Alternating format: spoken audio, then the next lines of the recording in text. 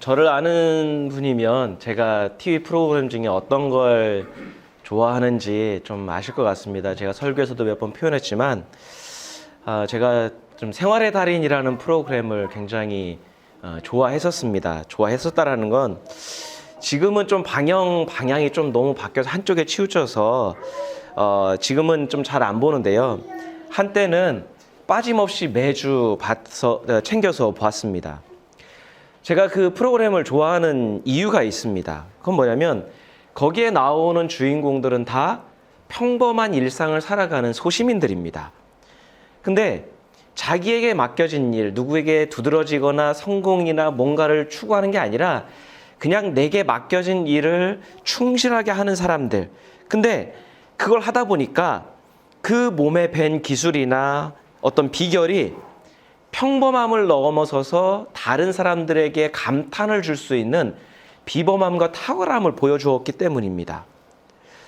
그래서 어떤 달인들은요, 현재 자신이 있기까지 오랜 세월 동안에 수십 년 동안 시행착오 겪었던 것들, 고생했던 것들, 실패했던 것들, 좌절을 회상하면서 눈물을 이렇게 흘리는 경우들을 가끔 보게 됩니다.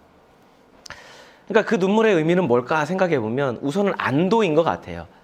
그때는 마음 졸이면서 그렇게 힘들게 했었는데 지금은 그래도 낫다라는 것과, 그리고 본인이 하고 있는 일에 대해서 지금 보람과 긍지를 그 눈물을 통해서 표현하는 거예요. 근데 제가 달인을 좋아하는 이유 중에 하나가 뭐냐면 거기에 나오는 분들의 이렇게 고백을 들어보면 교만하거나 우쭐대는 분이 거의 없다라고 하는 거예요. 최소한 그 화면에서 비칠 때는 너무나 겸손해요. 본인은 그냥 내게 맡겨진 일을 한 것밖에 없다. 나는 그냥 먹고 살려고 열심히 산 것밖에 없다. 그냥 나는 나에게 맡겨진 일이 이거니까, 내가 할 수 있는 일이 이거니까 그냥 나 이거 열심히 한 것밖에 없는데 어떻게 이렇게 TV에 나오고 영광스럽게 되었다라고 하는 그 모습, 그렇게 하면서 수줍게 웃는 모습이 저는 너무 보기 좋은 거예요. 그러니까 그 달인의 눈물로 얼룩진 얼굴도 좋고 그 다음에 환하게 수줍게 웃는 얼굴도 좋아서 그 프로그램을 계속 챙겨봤었습니다. 근데 그 달인 프로그램의 부작용 중에 하나가 뭐냐면 방송이 나가면요, 그 달인들한테 여기저기서 전국에서 연락이 온다라고 하는 거예요. 당신이 갖고 있는 그 비법을 좀 알려달라면서 귀찮게 찾아오는 사람도 있고 조르는 사람도 있고 그 비결을 얻기 위해서 찾는 사람들이 많이 있습니다. 물론 그 사람들 중에서는 일부는 본인이 노력해도 안 돼서 뭔가 마지막 방안을 찾기 위해서, 달인에게 답을 찾기 위해서 찾아오는 사람도 있습니다. 근데 들어보면 대부분의 사람들은 어떤 사람들이에요? 달인이 갖고 있는 그 비법, 비결에만 관심이 있는 거예요. 달인이 그 비법을 얻기 위해서 얼마나 많은 시행착오를 했는지, 마음을 얼마나 졸였는지, 실패와 그 좌절 때문에 눈물을 흘렸는지, 달인이 지금까지 살아왔던 삶에는 관심이 없어요. 지금 달인이 갖고 있는 오직 그 결과로 갖고 있는 비결과 비법에만 관심이 있는 거죠. 왜요? 저 비법만 얻으면, 저 비결만 얻으면 성공할 수 있다, 손쉽게 돈을 벌 수 있다라고 하는 생각 때문이에요. 그러니까 그것을 얻기 위해서 가서 조르는 거예요. 달인이 수십 년을 헌신해서 얻어낸 소중한 비결을 쉽게 얻어서 단기간에 성공하려고 하는 얄팍한 목적을 가졌기 때문이죠. 근데 문득 그러한 모습들을 이게 보면, 그러니까 저는 직업병인 것 같아요. 교회와, 지금의 교회와 성도들의 모습이 자꾸 투영이 되는 거예요. 혹시 지금의 교회와 지금의 성도들이 하고 있는 모든 그런 어떤 사역이나 어떤 신앙의 목적이 비결을 찾는 데 목적이 있는 것은 아닌가. 일례로 저는 그러면서 제 자신이 좀 그런 생각이 들었어요. 제가 신학생 시절에 전도폭발 훈련을 받은 적이 있습니다. 그러니까 당시로 봤을 땐 전도폭발은 굉장히 매력적이었어요. 복음을 나름대로 논리적으로 설명하면서 결국에는 이 듣는 사람으로 하여금 복음을 영접하도록 만드는 기술이었기 때문에 굉장히 매력적이었어요. 기독교에 대한 궁금증도 풀어주고요, 하나님이 왜 필요한지 하나님의 존재에 대해서 어느 정도 설득력 있게 설명도 가능하고요. 그리고 그들이 하는 어떤 반대 질문에 대해서도 그 대답할 수 있는 처리하는 기술들도 익혔기 때문에 너무 좋은 거예요. 실제로 전도 폭발을 통해서 많은 결신 환자들이 현장에서 만들어지고 있었습니다. 그래서 그 신학생 시절에는 나름대로 교회를 부흥시킬 수 있고 수많은 사람들을 예수 믿게 하고 싶은 열망 때문에 훈련을 받았어요. 당시에는 어떤 생각이 갖고 있었냐면 목회자로서는 당연히 갖추어야 될 자질 중에 하나겠다. 그리고 교인들을 가서 훈련시켜서 할 수 있는 어떤 비법이라고 여겼던 것 같습니다. 그런데 이런 생각이 교회 현장 안에서 사역하면서 서서히 바뀌기 시작했습니다. 교회 안에서 여러 일들을 겪으면서 첫째로 들었던 생각은 뭐냐면 교회와 교인들이 준비가 안 되어 있는데 새 신자를 데려오고 하는 게 이게 무슨 소용이 있을까라는 생각을 했어요. 왜냐하면 있었던 교회들마다 갈등이 있었고요. 기득권이 있었고요. 그리고 뭔가 남모르게 보이지 않는 끼리끼리의 배척이 있다 보니까 데려와도 그 사람들이 정착하지 못하고 떠나는 비율이 훨씬 더 많았고요.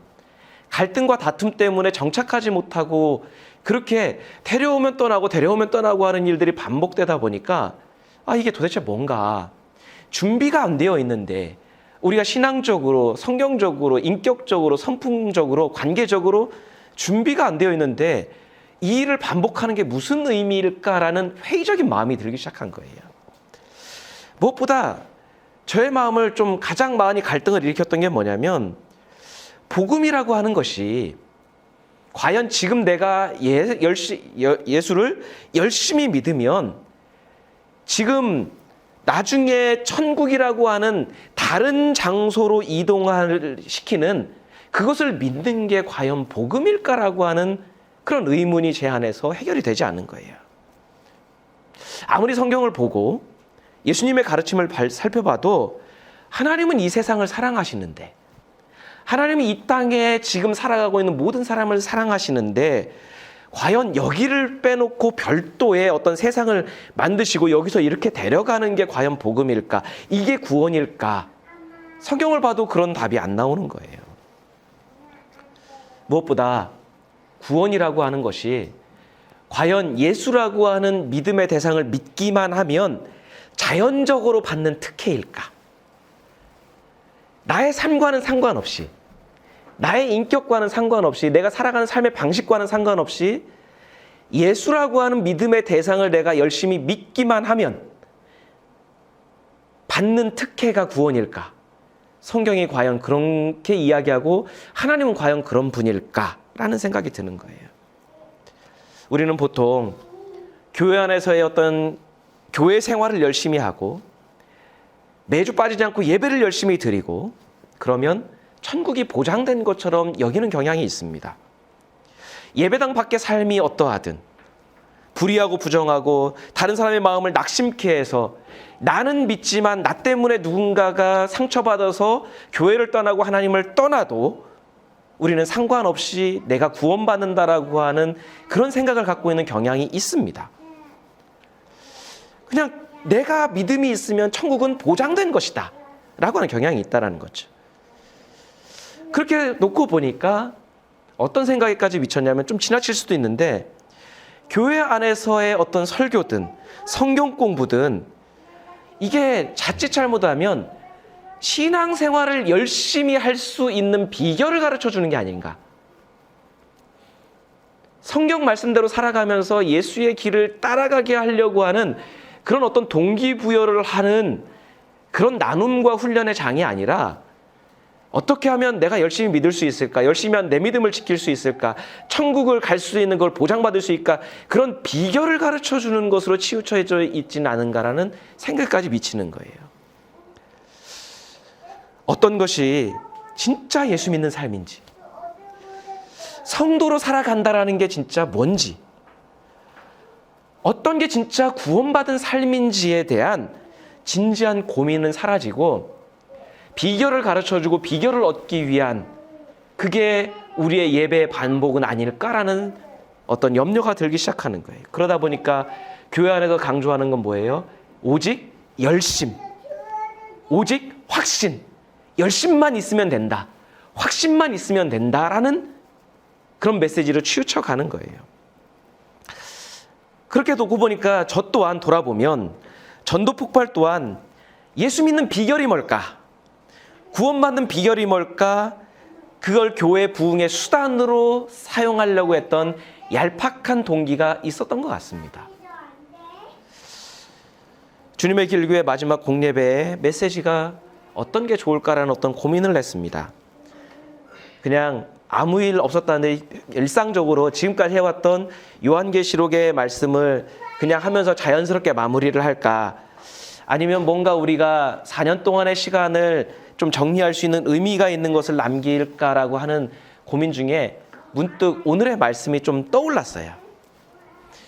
기억하시는 분이 있을지 모르겠지만 우리의 첫 예배의 설교 주제가 어떤 건지 기억이 나시나요?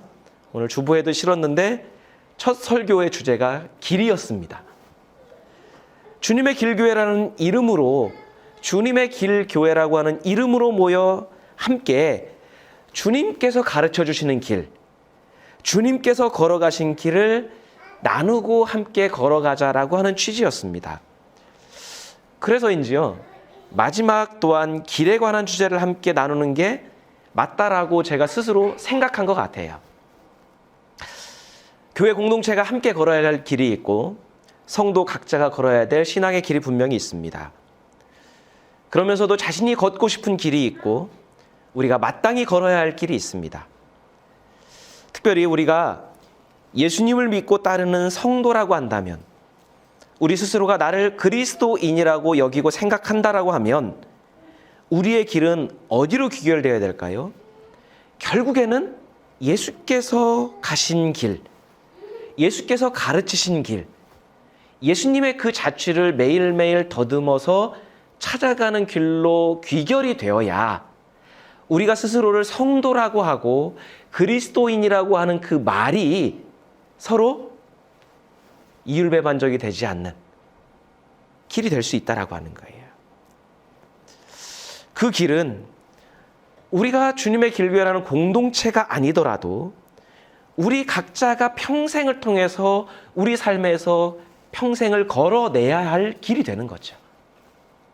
삶의 자리는 다르게 되고 몸은 따로 있다 하더라도 같은 길은 평생 함께 걸어갈 수 있습니다. 그것이 어쩌면 지난 4년 동안 주님의 길교회라는 공동체로 함께 모여서 예배드리며 고민하며 기도했던 것이기 때문이겠죠. 오늘 본문에 나오는 말씀은, 예수님의 이 말씀은요, 뭐 전도폭발에 사용하고 교회에서도 사용하고 할 때 대부분 뭐예요? 어떤 면에서 보면 구원의 비결이 뭐냐, 신앙생활의 비결이 뭐냐라고 하는 의도로 자주 사용되어진 것 같아요. 결신을 할 때, 뭔가 결단을 요구할 때 많이 사용되는 구절이기 때문이죠. 우리 같이 한번 읽어보겠습니다. 예수께서 그에게 말씀하셨다. 나는 길이요 진리요 생명이다. 나를 거치지 않고서는 아무도 아버지께로 갈 사람이 없다. 요한복음에는 여러분 그 특징적인 구절들이 많이 나오는데 그 중에 두드러진 것 중에 하나가 뭐냐면 예수님께서 자기 선언을 많이 하셨어요. 자기 선언이라는 건 뭐냐면 나는 뭐뭐다 라고 예수님이 많이 말씀하셨어요. 그러니까 예수님이 내 정체성이 무엇인지, 내가 어떤 목적으로 이 세상에 왔는지, 내가 살아가는 목적이 무엇인지를 나는 뭐뭐다라고 말씀하셨어요. 예를 들어서 나는 선한 목자다, 나는 양의 문이다 라고 하셨을 때는 예수님이 어떤 목적으로 이 세상에 오셨는지, 내가 살아가는 목적이 무엇인지를, 그 정체성을 자기 선언을 통해서 말씀하신 거예요. 자, 그런 의미에서 오늘 말씀도 마찬가지죠. 나는 길이다, 나는 진리다, 나는 생명이다 말씀하시는 거예요. 게다가 부연해서 뭐라고 말씀하세요? 나는 길이요 진리요 생명인데 나를 거치지 않고서는 아무도 아버지께로 갈 사람이 없다라고 말씀하시는 거예요. 그래서 기독교 전통에서는 이 말씀을 어떻게 해요? 이 말씀을 딱 떼다가 예수께서 하나님께로 도달할 수 있는 유일한 구원의 통로, 구원의 유일한 길, 그걸로 예수님이 자기 선언을 하신 것이다. 그렇기 때문에 예수님 외에는 다른 구원의 길이 없다라고 해석을 해왔습니다. 이 구절을 근거로 예수님을 통해서만 구원받을 수 있다라고 해석을 했어요. 어떤 의미에서 보면 오늘 말씀의 맥락에서 보면 예수님이 본인을 구원의 비결인 것처럼 믿음의 비결인 것처럼 주장했다라고 해석을 하는 것 같아요. 예수님만 믿으면 구원을 비롯한 모든 것이 다 해결된다. 비결이다라고 해석을 하는 것처럼 보입니다. 하지만 예수님께서 자신을 길이다, 나는 길이다라고 선언하시는 것과 예수님이 신앙의 대상이 되는 것은 전혀 별개의 문제가 됩니다. 예수님이 하나님의 아들로서 믿음의 대상인 것은 분명하지만 최소한 이 구절에서는 예수님이 그렇게 말씀하지 않으셨다라는 거예요. 내가 구원의 비결이다. 내가 구원의 유일한 통로다라고 예수님이 말씀하지는 않으셨다라고 하는 거예요. 예수님이 말씀하신 길은 어떤 그 방법을, 어떤 것을 쉽게 이룰 수 있는 비결이나 지름길이나 방법을 말씀하지 않으셨다라고 하는 거예요. 우리는 자꾸 이렇게 얘기를 하니까 이거를 똑 떼다가 이 길만 가면 비결인 것처럼 우리는 자꾸 그렇게 생각을 해요. 그래서 모든 걸 다 떼놓고 예수님을 믿기만 하면 구원받는다라고 결론에 도달하고 쉽게 그렇게 생각을 하는 거죠. 예수님께서 이 말씀을 하신 상황이 어떤지, 어떤 맥락에서 말씀하셨는지 고려하지 않고 요 구절만 똑 떼다가 예수께서 내가 구원의 길이고 아버지께로 갈 수 있는 유일한 길이니 나를 믿어야 된다라고 말씀하셨다라고 생각하는 거예요. 하지만 최소한 이 구절은 예수님께서 그렇게 말씀하지 않으셨다라고 하는 거예요. 예수님이 이 말씀을 하신 때는 언제냐면 예수님께서 십자가에 달리시기 바로 몇 시간 전입니다. 12시간이 채 남지 않은 바로 그 전날 밤에 예수께서 제자들을 앉혀놓고 하신 말씀이에요. 우리 13장 1절 말씀 같이 읽어보겠습니다. 유월절 전에 예수께서는 자기가 이 세상을 떠나서 아버지께로 가야 할 때가 된 것을 아시고 세상에 있는 자기의 사람들을 사랑하시되 끝까지 사랑하셨다. 자, 이게 지금의 상황입니다. 자, 예수님은 본인이 이제 십자가에 몇 시간 뒤면 달릴 것을 아셨어요. 그래서 제자들과 함께 모이셨어요. 마지막 만찬을 나누고 계십니다. 자, 예수님의 마음은 다른 성경에서 보면 굉장히 무거워요. 다가오는 십자가도 그렇고, 그리고 인간으로 오셨기 때문에 그 고통도 그렇고, 그리고 여러 가지 많은 상황들을 놓고 볼 때 예수님의 기분은 굉장히 지금 착잡하신 상황이에요. 굉장히 무거우신 상황이에요. 우리가 그렇잖아요. 어떤 큰일을 앞두고 우리는 굉장히 마음이 두렵고 잠도 안 오고 하는 그 상황을 우리가 생각하면 될 것 같습니다. 그래도 예수님이 마지막 순간에 제자들에게 남길 것이 무엇인가, 이 제자들을 지금까지 3년 동안 양육하고 하면서 했던 그 일을 마지막으로 마무리할 수 있는 게 무엇인가를 생각하시면서 제자들의 발도 씻기고, 그리고 포도주와 떡을 나누시면서 제자들 사이에 있는 마지막 문제, 서로 사랑하지 못하는 문제, 교만한 문제, 이런 것들을 지금 해결하려고 하셨어요. 마지막 당부의 말도 하셨어요. 그러면서 하시는 말씀이 제자들에게 최종적으로 말씀하시는 거죠. 내가 아버지의 영광을 위해서 이제 떠날 때가 됐다. 내가 죽을 날이 가까웠다. 내가 십자가를 질 날이 가까웠다. 바로 그게 내일이라고 하는 것을 말씀하셨어요. 그 말을 듣고 불안해하고 있는 제자들에게 하신 말씀이 바로 뭐냐면 내가 길이요 진리요 생명이다. 여러분, 그 분위기를 한번 우리가 생각을 해봐야 돼요. 그리고 예수님의 마음이 어떨지도 한번 생각을 해봐야 돼요. 지금 제자들이 보이는 반응도 한번 생각을 해봐야 돼요. 그 모든 상황을 놓고 나서, 그리고 이제 인간적으로 보면 죽음이라고 하는 그 고통을 놓고 예수님이 하신 말씀이 나는 길이요 진리요 생명이다. 한마디로 뭐냐면 예수께서는 제자들에게 본인의 최종 결심을 말씀하신 거고 본인이 마지막으로 걸어가야 될 내가 이 길을 갈 거야 라고 말씀하시는 게 십자가의 길이에요. 불안해하며 선생이신 예수님의 길을 따르겠다는 제자들에게 말씀하신 게 이거예요. 자, 그러면 여러분 이 모든 상황을 한번 고려해 보면서 예수님의 마음과 앞에 앉아있는 제자들의 마음을 헤아리면서 본문을 다시 한번 읽어보겠습니다. 예수께서 그에게 말씀하셨다. 나는 길이요 진리요 생명이다. 나를 거치지 않고서는 아무도 아버지께로 갈 사람이 없다. 아까 읽을 때와 지금 그 마음을 헤아려서 읽을 때 좀 느낌이 달라지시나요? 어쩌면 우리는 이 모든 상황을 빼놓고 보면 그래 예수만 열심히 믿으면 되지. 예수님이 구원의 길이고 예수의 구원의 비결인데 믿음의 비결인데 예수님만 믿고 보면 되지라고 하는데 예수님은 뭐라고 말씀하시는 거예요? 내가 걸어가야 될 길을 말씀하시는 거예요. 내가 걸어가야 할 길을 말씀하시고 너희도 그 길을 와야 된다고 말씀하시는 거예요. 예수님이 가시려는 길이 뭐예요? 십자가의 길이에요. 예수님은 십자가를 향해 지금 뚜벅뚜벅 길을 걷고 계시는 거고 그러니까 저는 어떻게 들리냐면 나는 길이다라고 말씀하시는 게 야 내가 길이니까 나만 믿으면 돼 이게 아니라 나는 길을 걷고 있다. 그리고 나 길을 걸어갈 예정이다 라고 말씀하시는 거예요.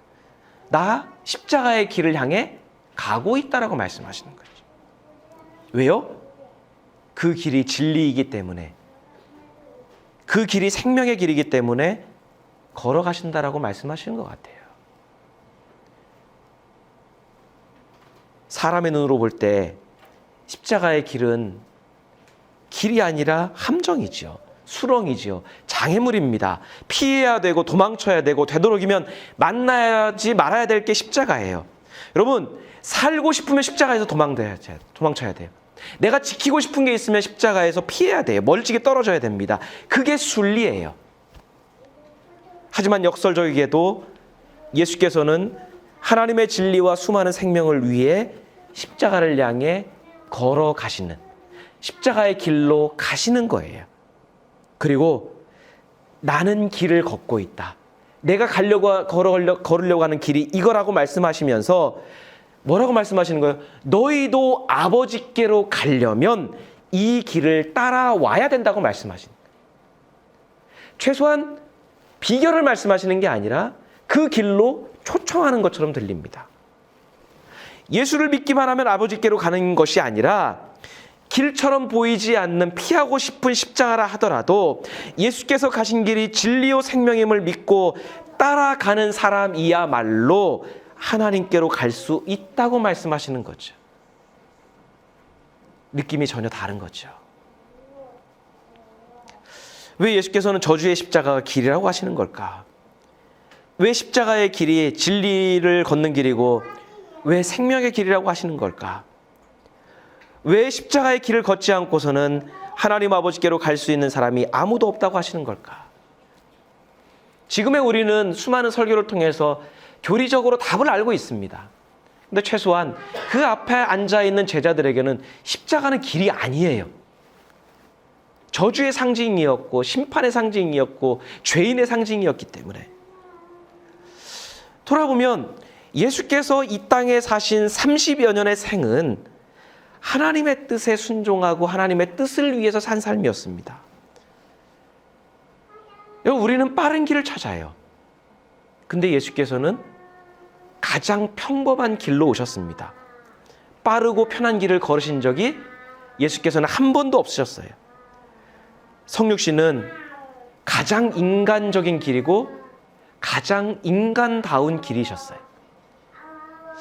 우리는 자꾸 하나님이 이 땅에 오셨다라고 하는 것을 자꾸 우리와는 별개로 다른 것을 생각하는데 어떤 의미에서 보면 예수님은요 가장 인간다운 길을 걸으려고 하신 거예요.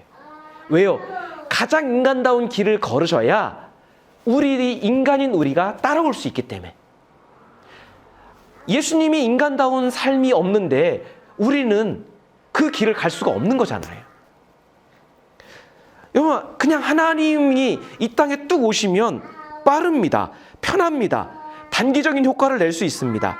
하지만 성육신은 인간이 겪어야 되는 모든 성장의 과정이나 고통이나 고민을 일일이 다 겪어야 돼요. 인간의 시간을 그대로 밟아가야 돼요. 부잣집이나 권력자의 가문에서 태어났다면 수월한 길을 걸을 수도 있었는데 그것도 하지 않으셨어요. 활동하는 동안에 수많은 사람들이 따라다녔기 때문에 세력을 만들 수도 있었고, 권력자들이나 종교지들과도 친분을 쌓아서 힘과 권력을 만들 수도 있었어요. 예수님도 비결을 만들자면 많은 비결을 만들 수 있었습니다.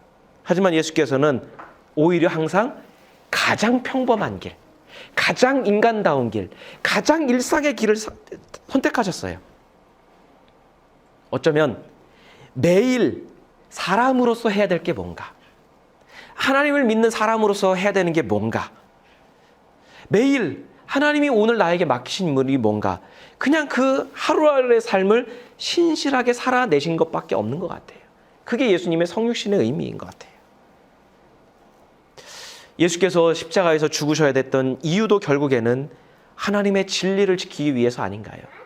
하나님이 주신 이 일상, 왜요? 당시 예루살렘 성전은 하나님을 빙자해서 사리사욕을 채우던 종교 지도자들에 의해서 운영되고 있었기 때문이에요. 그들은 자신들의 지위와 권력과 어떤 사적인 어떤 것을 위해서라면 로마 제국과도 기꺼이 결탁하고 굴복하고 신앙을 버리는, 자신들의 종교적 권위를 확보하기 위해서 가난하고 연약한 백성들을 억압하는 사람들이기 때문이에요. 근데 예수님의 그 일상적인 삶은 그들과 늘 맞서는 삶이었습니다. 하나님의 뜻에서 벗어난 그들의 교리나 그들의 가르침을 지적하셨어요. 의롭지 못한 그들의 삶을 비판하셨어요. 그들의 불법을 드러내셨습니다. 어쩌면 회유하고, 그리고 예수님을 어떤 끌어오기 위한 유혹의 손길을 수없이 펼쳤음에도 불구하고 예수님은 단호히 거절하셨어요. 그리고 단순히 어떤 교리적인 기준으로 사람들을 정죄하고 소외시키고 차별하는 게 하나님 앞에 얼마나 가증하고 하나님 뜻이 아닌지도 말씀하셨죠. 뿐만 아니라 소외된 이들과 함께 하시면서 그들을 위로하고 품어주셨습니다. 오죽하면 예수님의 별명이 뭐예요? 죄인들의 친구. 그러니까 이게 좋은 의미가 아니죠. 죄인들의 친구면 저 사람도 죄인인 거예요. 불결한 사고 부정한 사람인 거예요. 그 삶이 반복되다 보니까 결국에 어떻게 돼요? 더 이상 예수라는 이 사람을 그냥 두면 안 되겠다는 생각 때문에 종교 지도자들이 예수께 누명을 씌워서 십자가에 죽일 계획을 짰던 거죠. 예수께서 성육신의 삶을 통해서 보여주셨던 것은 신실한 매일의 삶이었고 의로움을 매일매일 보여주는 삶이었습니다. 어떤 것이 신실한 것인지, 어떤 것이 의로운 것인지 가르쳐 주셨고 살아내셨습니다. 결국 십자가의 죽음은 너의 그 신실함을 포기해라, 너의 그 의로움을 적당히 굽혀라라고 강요하는 그 종교 지도자들의 회유와 협박에 타협하지 않고 굴복하지 않으셨기 때문에 자초한 결과가 되는 거예요. 그리고 제자들에게 그걸 알려주시는 거죠. 나는 이걸 포기할 수 없기 때문에 십자가의 길을 가려고 한다. 나에게 있어서의 생명은 뭐예요? 이걸 지키는 게 생명이고, 나에게 있어서 진리는 뭐예요? 하나님의 그 뜻과 그 순결함을 지키는 것이었기 때문에 나는 가야 된다라고 말씀하시는 거예요. 그러니까 나는 길이다라고 하는 말씀은 뭐예요? 신앙에는 빨리 가거나 편하게 가는 비결이나 지름길이 없다. 신앙은 매일 걷는 것이다라고 가르쳐 주시는 거죠. 나는 진리다라고 말씀하시는 건 뭐예요? 하나님의 진리를 말씀을 따라 살기 위해서는 십자가와 같은 고난과 고통을 당해야 될 수도 있다. 아니 어쩌면 그게 필연이다라고 하는 것을 가르쳐 주시는 거죠. 나는 생명이다라고 하는 말씀은 뭐예요? 너희들이 정말로 살아있다라고 느끼려면 부유하고 장수하고 여유 있는 삶이 아니라 신실함과 의로움을 포기하지 않고 그 길을 끝까지 걸어날 때 그게 진짜 살아있는 것이다라고 말씀하시는 거예요. 나는 길이다, 나는 진리다, 나는 생명이다라고 하는 거는 어떤 길을 빠르게 갈 수 있는 비결, 단번에 얻을 수 있는 어떤 것을 가르쳐 주는 게 아니라 그 매일을 살아내는 것이 길이의 삶이고 진리의 삶이고 생명의 삶이다라고 가르쳐 주시는 거죠. 그리고 이렇게 길을 걷는 삶, 진리를 따르는 삶, 신실하고 이렇게 살아있는 삶만이 아버지께로 갈 수 있는 것이다 라고 말씀하시는 거죠. 그 길을 예수께서는 십자가를 통해서 먼저 걸어가신 것이고, 너희가 정말로 살아있기를 원하느냐, 구원받기를 원하느냐, 그러면 그 길을 걸어야 된다고 말씀하는 거죠. 예수 믿기만 하면 구원받는다, 구원의 비결을 얘기하는 것처럼 이 구절을 읽는 것과 그 십자가의 고통과 고민과 고뇌 속에서 함께 혼란스러워하는 제자들 향해서 하시는 이 말씀이 너무나 다르게 다가오는 것 같습니다. 그런 면에서 지금의 교회와 성도인 우리들은 너무 구원받는 비결이 뭘까? 은혜 받는 비결이 뭘까? 단기간에 뭔가를 받아내는 성령 충만할 수 있는 비결이 뭘까? 신앙생활 잘하는 방법이 뭘까를 찾는 것은 아닌지 우리 자신을 좀 돌아보게 됩니다.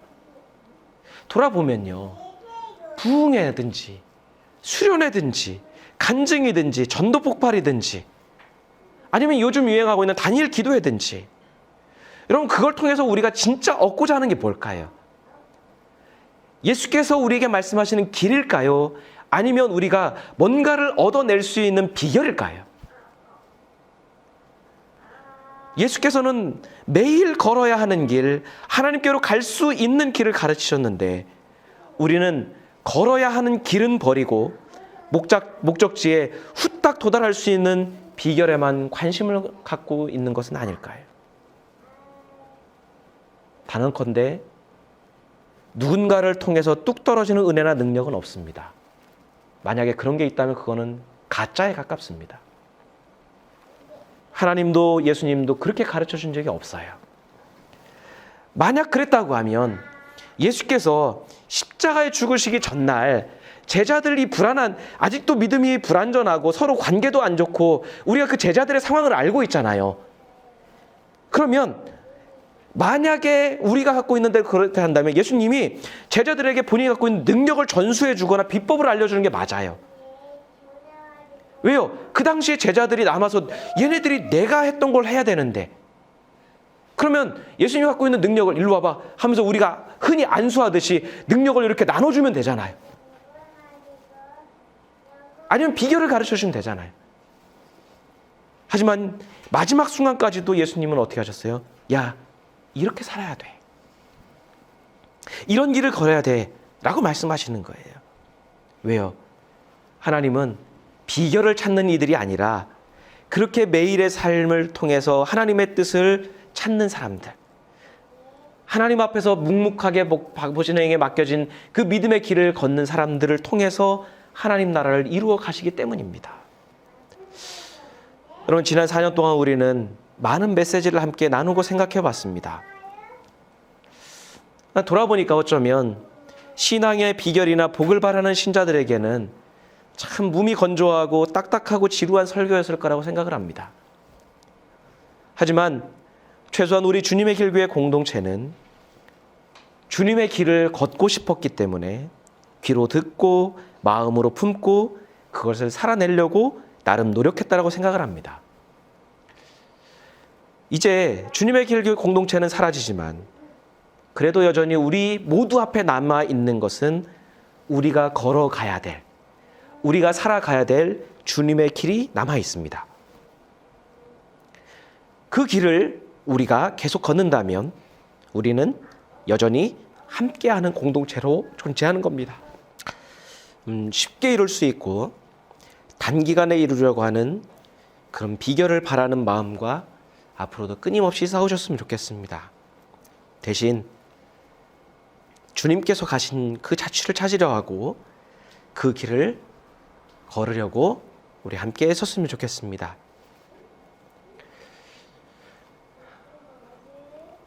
그 길에 우리가 매주 서로 같이 고백했던 것처럼 그 길에 주님께서 함께 하십니다. 언제 어디서나 누구에게나 그리스도인으로 살려고 애쓰는 그곳에 하나님께서 함께 하시고 우리가 십자가의 은혜로 살아낼 줄을 믿습니다. 우리 함께 같이 기도하겠습니다.